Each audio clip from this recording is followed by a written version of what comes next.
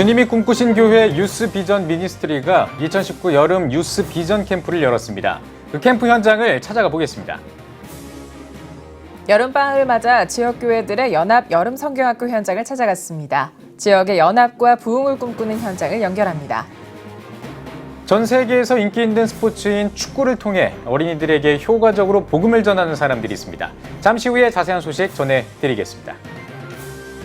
동북아 평화 안보를 위한 교회 포럼이 홍콩 민주화 운동과 관련해 성명을 발표했습니다. 교회 포럼은 성명을 통해 홍콩 정부가 시민들을 향한 폭력적 행위를 즉각 중단해 줄 것을 촉구했습니다.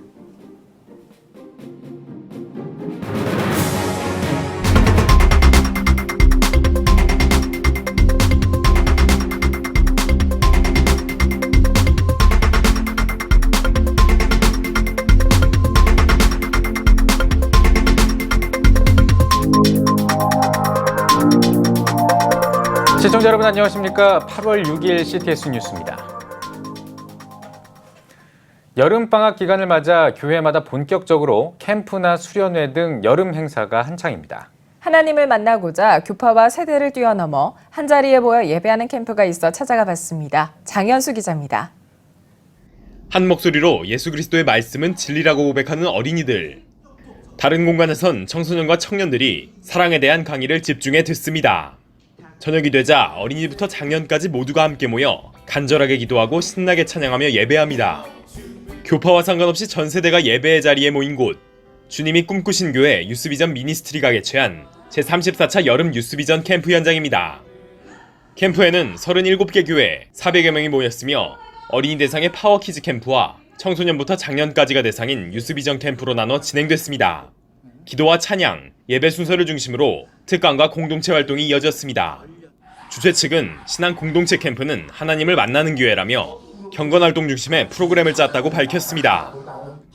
유스비전 미니스트리 대표 장용석 목사는 한국교회의 미래는 다음 세대에 있는 만큼 다음 세대를 복음과 성경 말씀 위에 바로 세우기 위해 또 전 세대가 어울려 공동체로서 큰 영적 성장을 이루기 위해 캠프를 열고 있다고 말했습니다. 자, 유스비전 캠프를 시작한 이유는 바로 이 한국교회의 다음 세대들을 세우고 다음 세대들이 민족에 주역되도록 하는데 이 캠프가 시작이 되었습니다. 하나님의 말씀으로만 사실은 영혼들이 달라지거든요. 다음 세대들에게 정말 복음을 심어주면 십자가의 복음, 부활의 복음을 심어주면 그 다음 세대들이 깨어나고 또 한국교회를 살리고 민족을 살릴 수가 있습니다.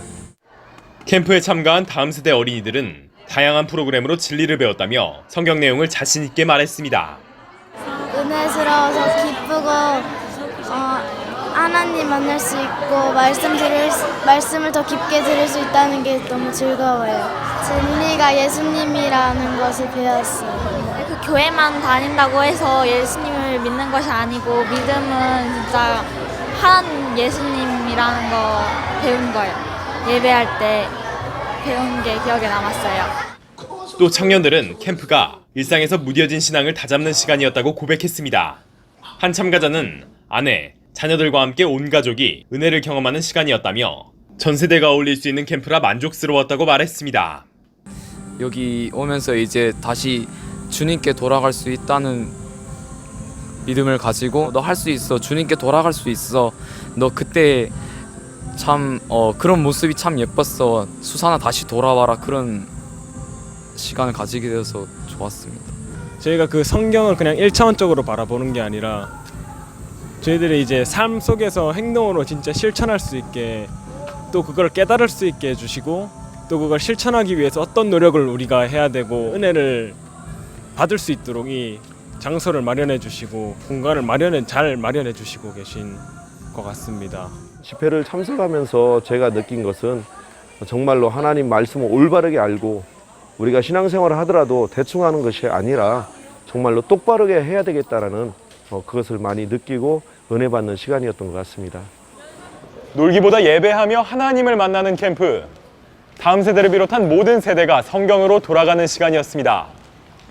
CTS 뉴스 장현수입니다.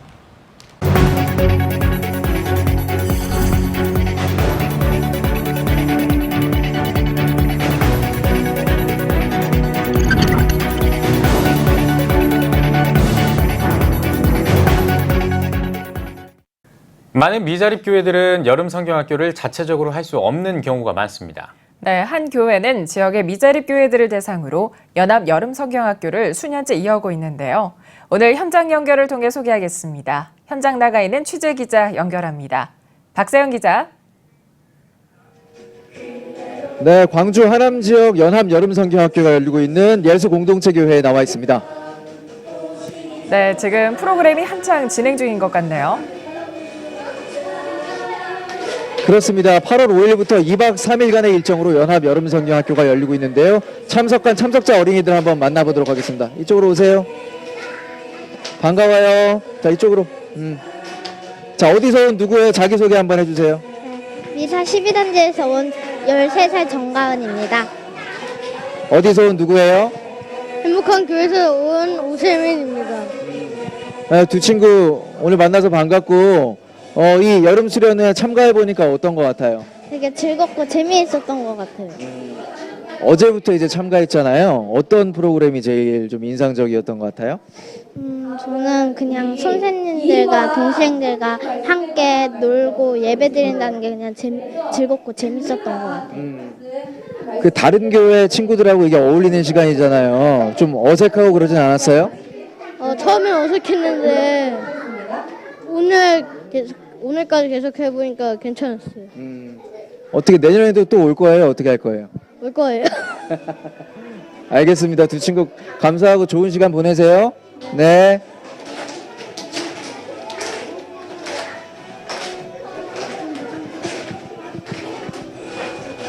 네, 이번에는 이번 광림교회 이 광주 하남 지역 팀장으로 섬기고 계신 김현우 팀장님과 그리고 예수공동체 교회를 담임하고 계신 김영래 목사님 모시고 이야기 나눠보도록 하겠습니다. 두 분 안녕하십니까? 네, 안녕하세요. 네, 지금 한창 이제 여름 수련회가 준비되고 있는데 이 연합 여름 수련회 모르시는 분들 많이 있으실 것 같아요. 어떤 프로그램인지 좀 소개 부탁드리겠습니다.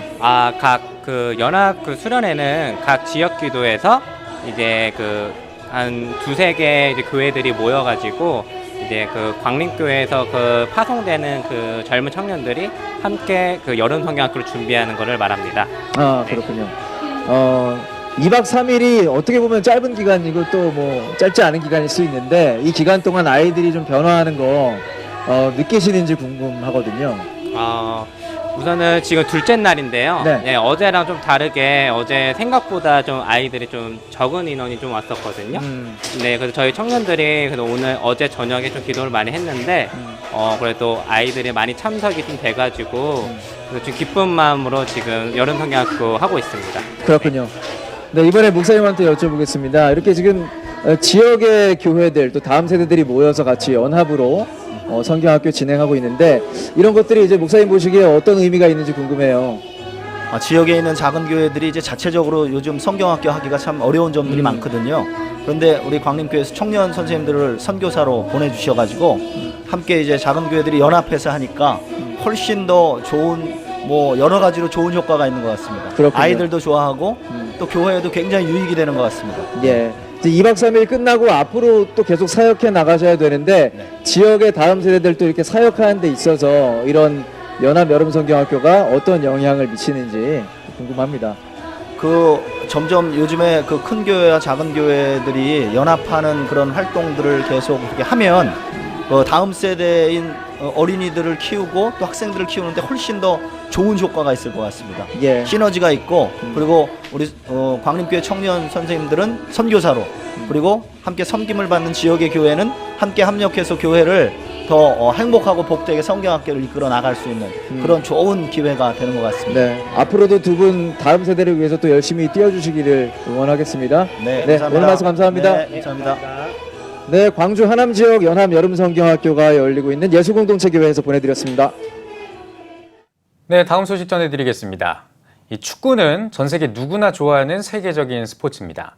이 지구 반대편에 있는 파나마에서는 축구가 단순한 스포츠를 넘어 이 어린이들에게 효과적인 선교의 도구가 되고 있다고 하는데요. 네, 축구 경기를 통해 복음을 전하는 선교의 현장을 손민석 기자가 전합니다. 한국의 할렐루야 축구단과 파나마 아라베 우니도 FC의 경기가 열린 파나마 라초레라 축구장. 무더운 날씨에도 불구하고 삼천석 경기장이 입추의 여지없이 가득 찼습니다. 운동장 가운데에선 브라스 밴드의 퍼레이드와 댄스 가수의 공연을 시작으로 다양한 식전 행사가 펼쳐졌습니다. 곱게 한복을 차려입은 뉴욕 프라미스 교회 국악 찬양 선교단은 사물놀이와 한국 전통 무용을 선보여 파나마 관객들로부터 환호를 받았습니다. Así que de verdad esto de verdad me ha gustado bastante y estoy muy orgullosa, muy feliz de que mi país los haya recibido y que estemos alabando a Dios, que eso es lo primero que nada. 뉴욕 프라미스 교회는 이영무 감독이 이끄는 한국의 할렐루야 축구단과 함께 지난 2011년부터 니카라과, 엘살바도르, 과테말라, 멕시코 등 중남미 국가를 매년 방문해 현지 프로축구팀과 친선 경기를 펼치며 활발한 선교 활동을 이어오고 있습니다. 올해는 파나마를 선교지로 정하고 수도인 파나마시티를 시작으로 파나마의 주요 도시에서 각 지역을 대표하는 프로팀과 경기를 펼쳤습니다. 주님 복음 전하는 의로운 도구와 병기로 쓰임받는 것에 대해서 너무나 고맙고 감사하게 생각하죠. 이 많은 아이들 가운데 한 생명이라도 주님 앞으로 돌아올 수 있다면 이보다 더 큰 기쁨이 어디 있겠습니까? 프라미스 교회 선교팀은 매 경기마다 지역 주민들을 초청해 함께 축구를 관람하며 복음을 접하지 못한 어린아이들과 청소년들에게 국악 공연과 스킷 드라마를 통해 예수 그리스도를 전했습니다. 세계 여러 나라 사람들한테 우리 국악을 통한 하나님의 그 은혜와 영광을 알리기 위해서 제가 이 선교에 동참하게 됐어요. 축구를 통해 다음 세대를 위한 사역을 준비해온 뉴욕 프라미스 교회는 어린이 선교를 가장 시급하고 중요한 비전으로 세우고 복음에 대한 수용성이 가장 높은 4세부터 14세까지를 이루는 414 윈도우 선교 사역을 활발하게 펼쳐오고 있습니다. 겸손한 마음으로 섬겨주시고 사랑으로 섬겨드리고 이렇게 하면서 전 교회들이 하나 되어서 아이들의 포커스를 맞추는 운동이 414 운동이고 그 일환으로 파나마에 이번에 우리가 이렇게 오게 됐습니다. 한편 이번 파나마 선교대회는 축구 선교 외에도 특별한 연합사역이 이어졌습니다. 세계 20여 개국에서 활동하는 월드미랄 선교 합창단원 150여 명은 프라미스 교회 선교팀과 함께 축구장 외에도 학교, 쇼핑센터 등 다양한 장소를 방문해 찬양으로 복음을 전했으며 지역교회와 성도들에게 호응을 얻었습니다. 한국모함교회로서 이렇게 월드미랄이 함께 구축함을 형성해서 합동작전을 하게 되니까 그 어느 때보다도 아주 영적인 시너지 효과가 많이 나타나고 있습니다. 축구라는 도구로 모두가 연합한 이번 파나마 선교는 경기의 승패를 떠나 파나마의 아이들에게 복음의 씨앗을 뿌리는 소중한 계기가 되었습니다. 파나마에서 CTS 뉴스 손민석입니다. 세간의 관심을 모았던 명성교회 부자 세습이 무효라는 판결이 나왔습니다.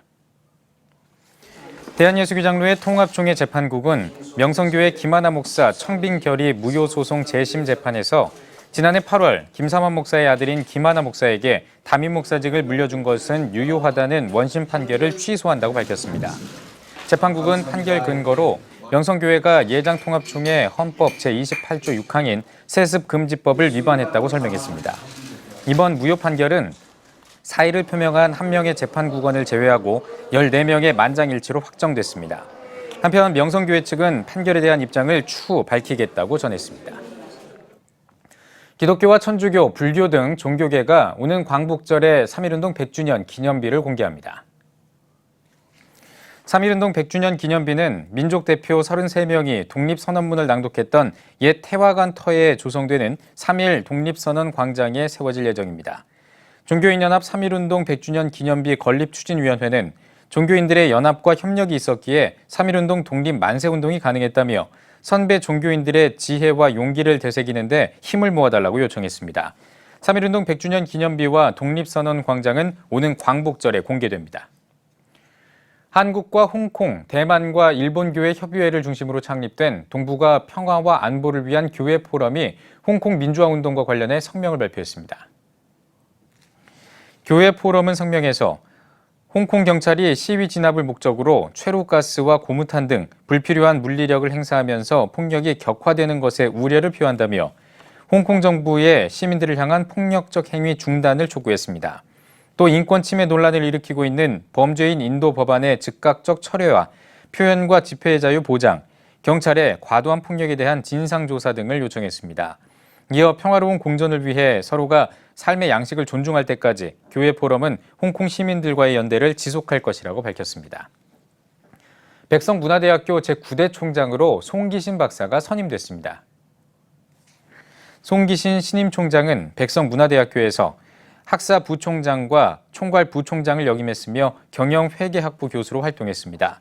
임기는 2019년 8월 1일부터 2년이며 취임식은 다음 달 10일에 열릴 예정입니다. 한국미술인 선교회가 제27회 대한민국 기독교 미술대전 시상식을 개최했습니다. 이번 시상식에는 공모작 122점 가운데 우수상 3명, 특선 13명, 입선 36명이 최종 선정됐습니다.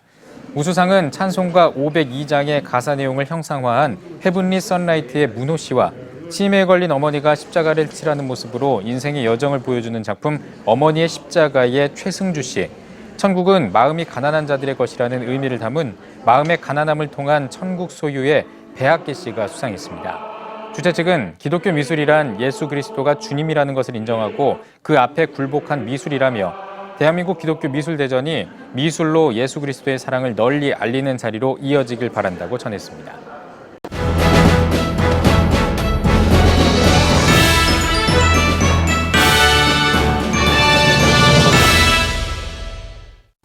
전국 각 지역별 네트워크 뉴스입니다. 여름 수련회가 한창인 요즘 작은 교회들은 자체적으로 학생들의 여름 수련회를 진행하기 어려운데요. 10년 동안 이러한 교회들과 함께 여름 캠프를 이어오고 있는 교회가 있습니다. 이슬기 기자가 전합니다. 여름 캠프가 전국적으로 열리고 있는 요즘 올해도 어김없이 캠프를 진행하고 있는 교회가 있습니다. 서삼교회는 올해로 10년째 여름 캠프를 자체적으로 진행하기 힘든 교회를 초청해 드림 캠프를 진행해 오고 있습니다. 한국 교회에 대형 교회를 제외하고 대부분의 많은 교회들이 교회학교 상황이 여의치 않다라고 하는 상황을 인식하게 됐고요. 그러면 같은 상황에 있는 교회들끼리 함께 캠프를 할 수 있는 장을 마련하면 얼마나 좋을까라고 하는 마음에서 캠프를 준비하게 됐습니다.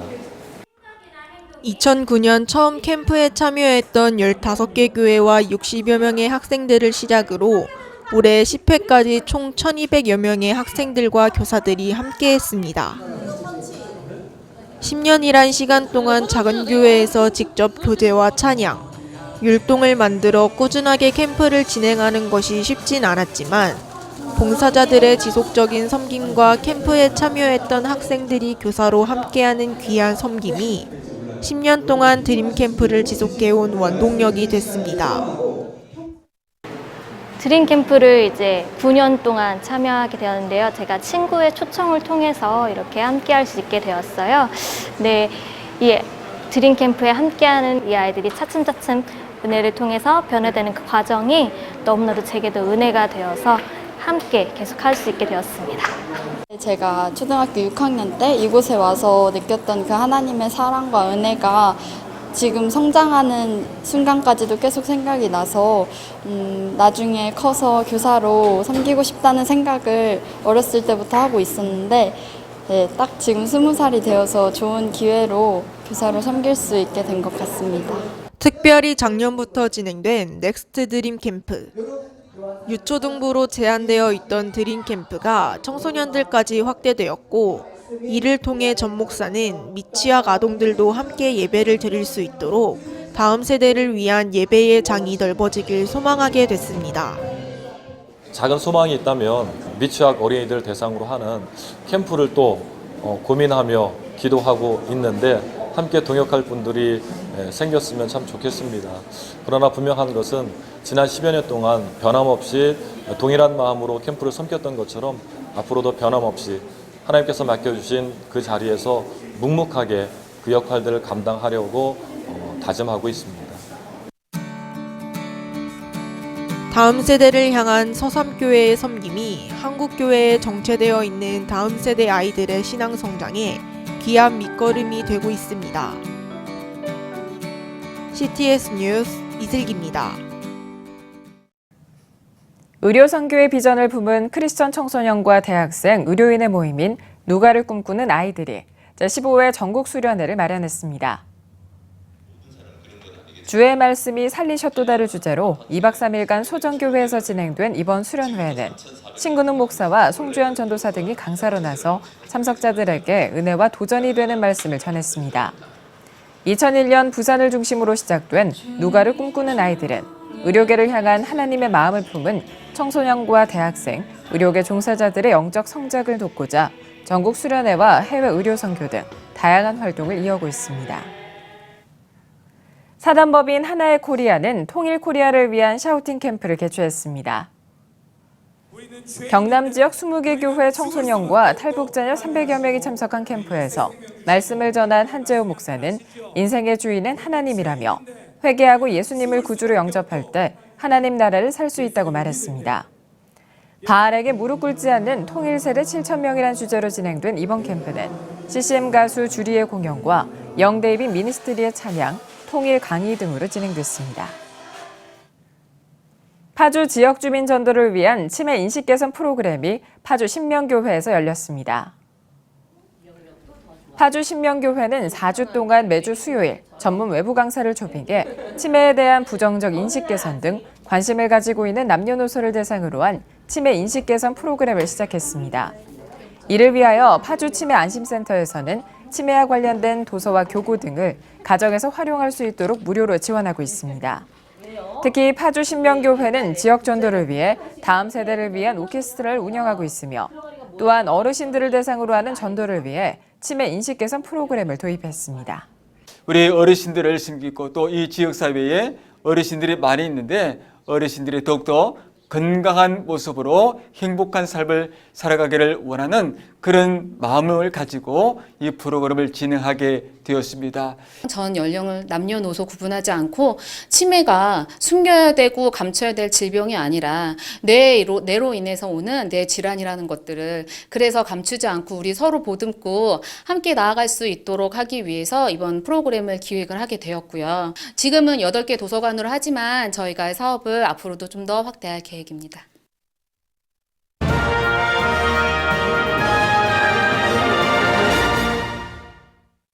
안녕하세요. 세무사 윤지문입니다.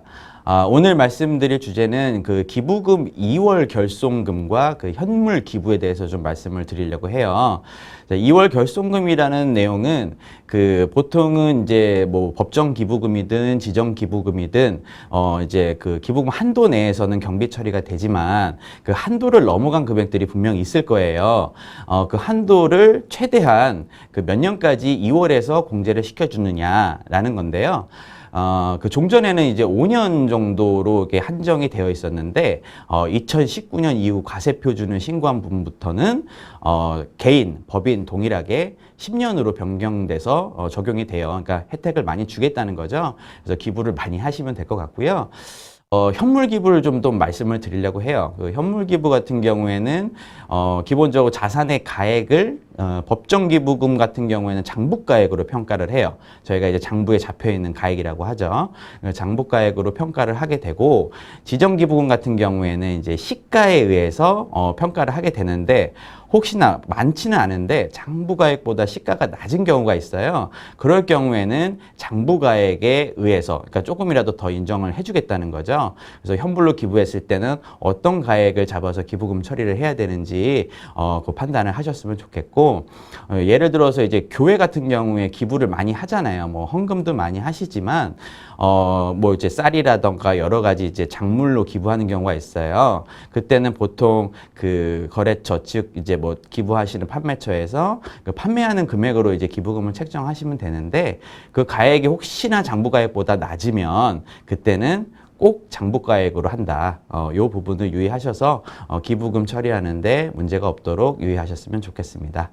지금까지 크리스천 세무상식 윤지문 세무사였습니다.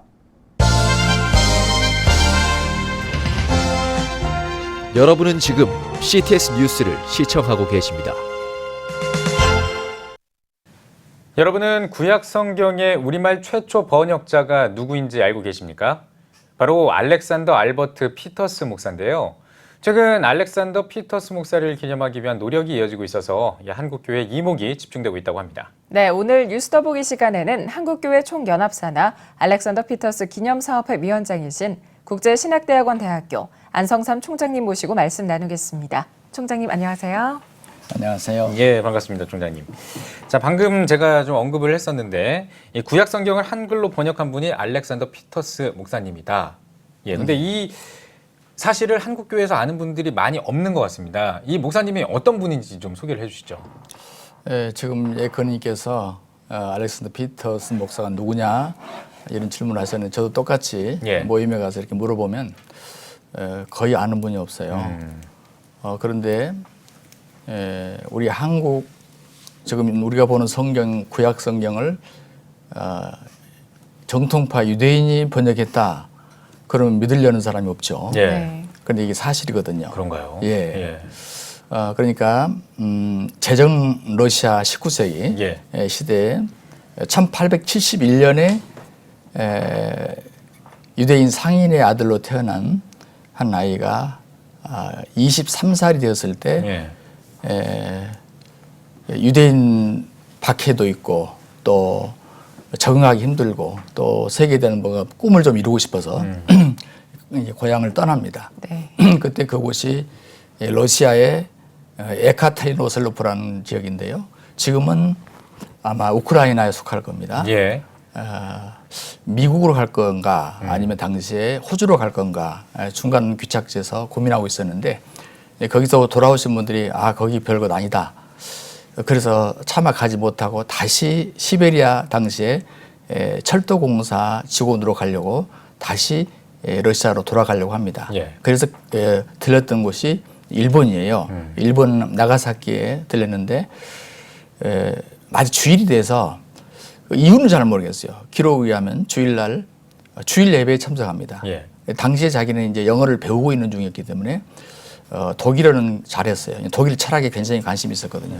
독일어 한 분을 좀 소개해달라 해가지고 그때 소개받은 분이 이제 당시 미국 개혁 장로교회 선교사로 일본에 와서 활동하시던 알베르트 피터스 목사님이셨어요. 피터스 목사님이셨는데 이분이 한 5년 정도 사역을 했을 때예요. 이분을 만납니다.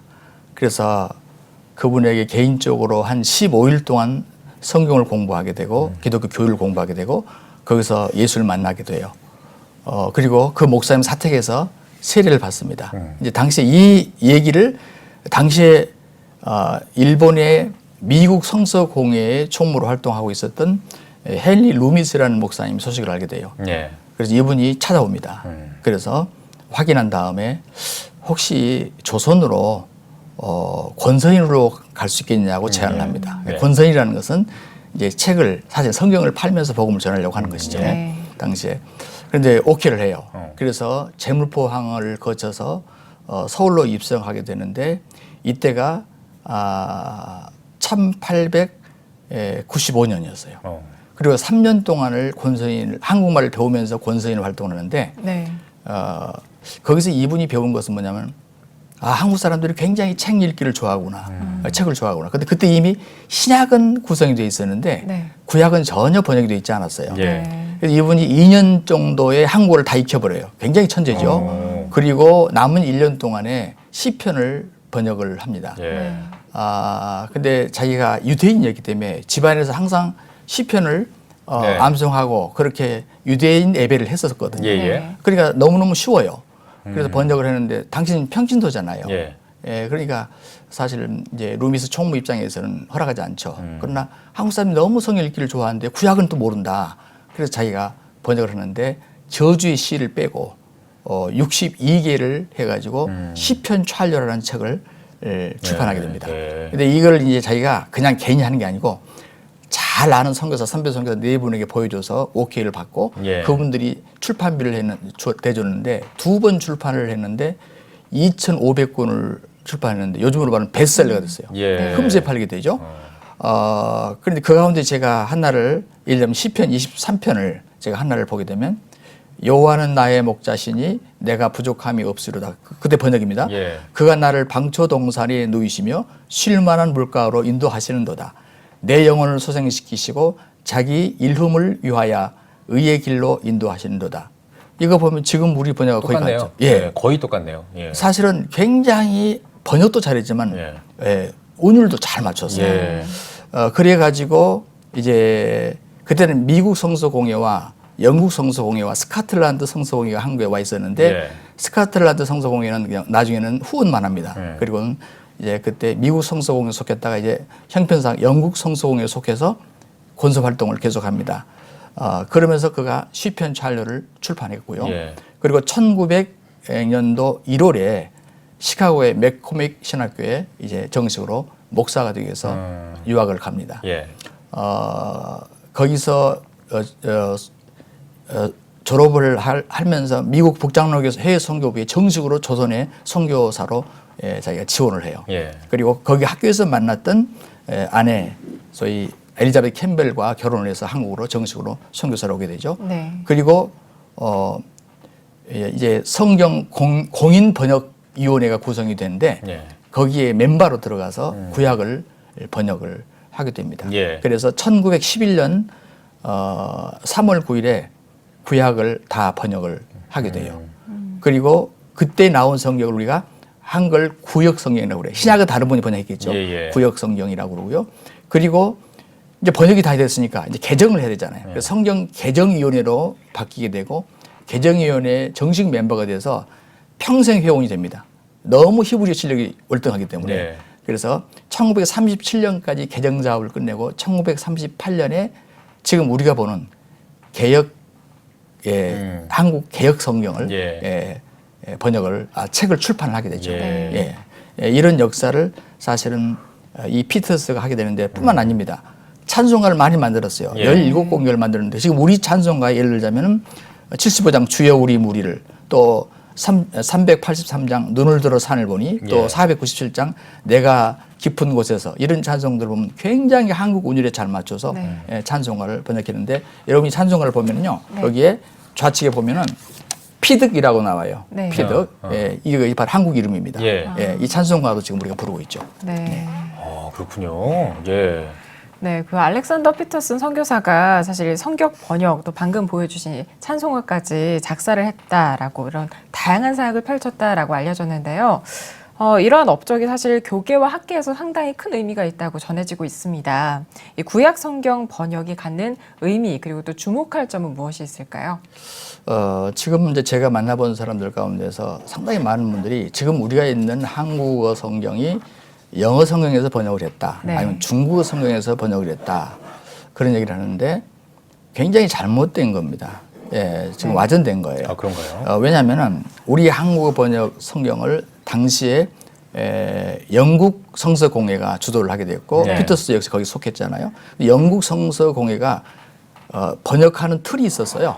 그래서 그 틀에 맞춰서 번역을 했거든요. 그 틀에 가장 중요한 것은 본문에 충실하는 것이었어요.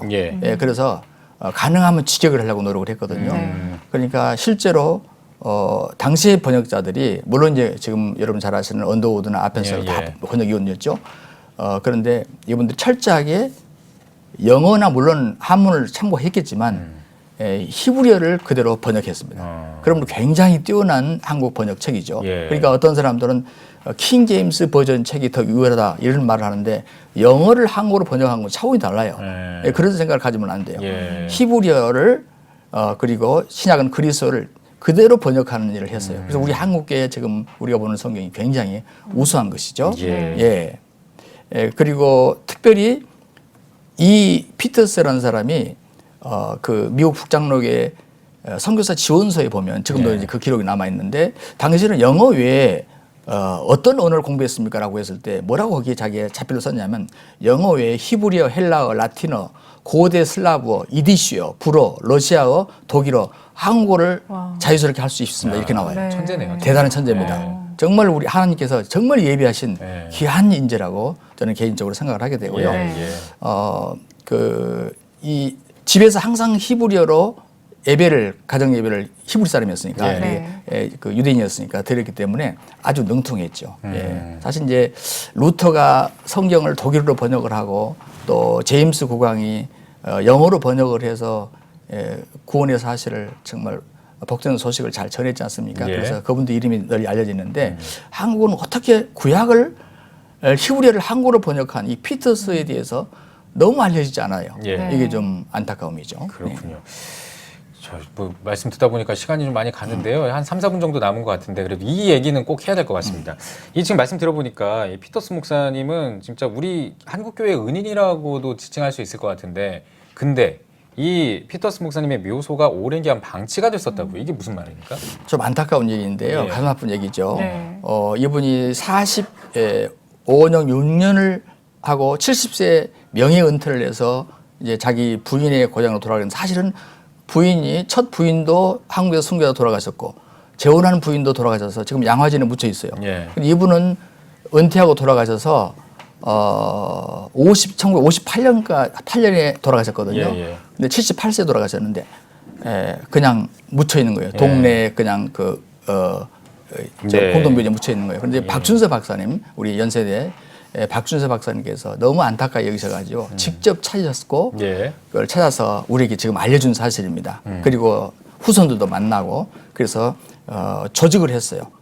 피터슨 그 기념 사업회를 조직을 해서 좀 활동을 하고 계시죠. 예, 알겠습니다. 네.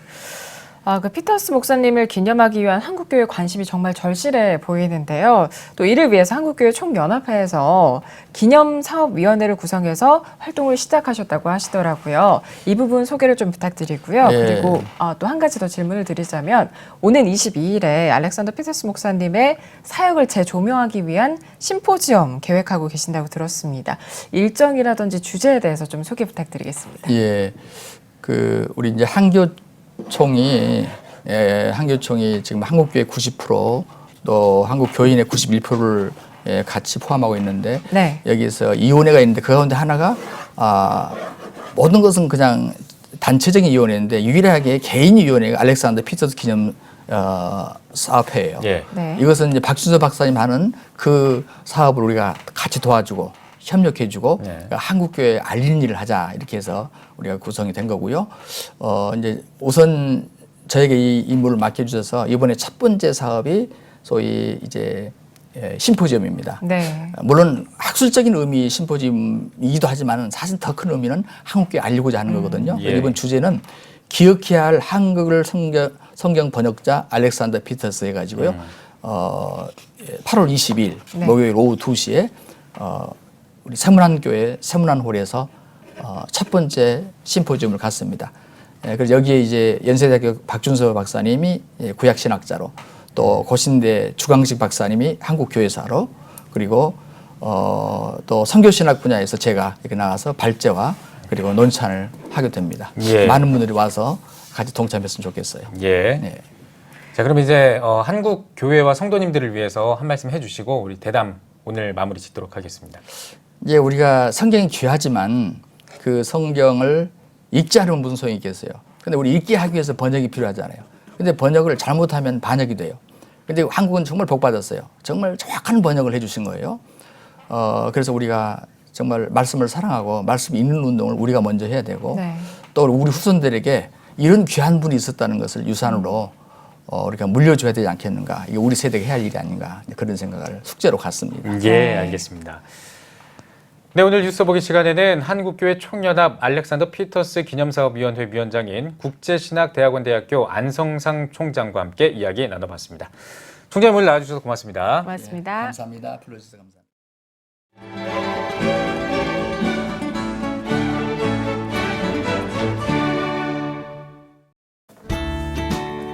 내일은 전국이 흐리고 비가 오겠습니다. 아침 최저 기온은 24도에서 27도, 낮 최고 기온은 27도에서 34도가 되겠습니다.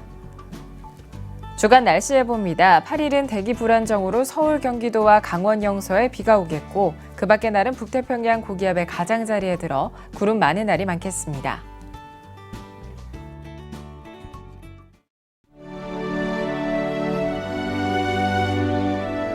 100만인 기도운동에 새롭게 참여하신 분들입니다.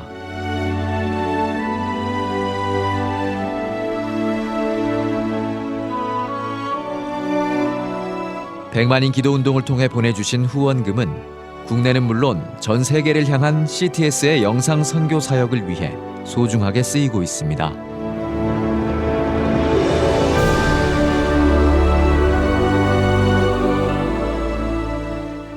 CTS 뉴스 오늘 순서 여기까지입니다. 시청해주신 여러분 고맙습니다.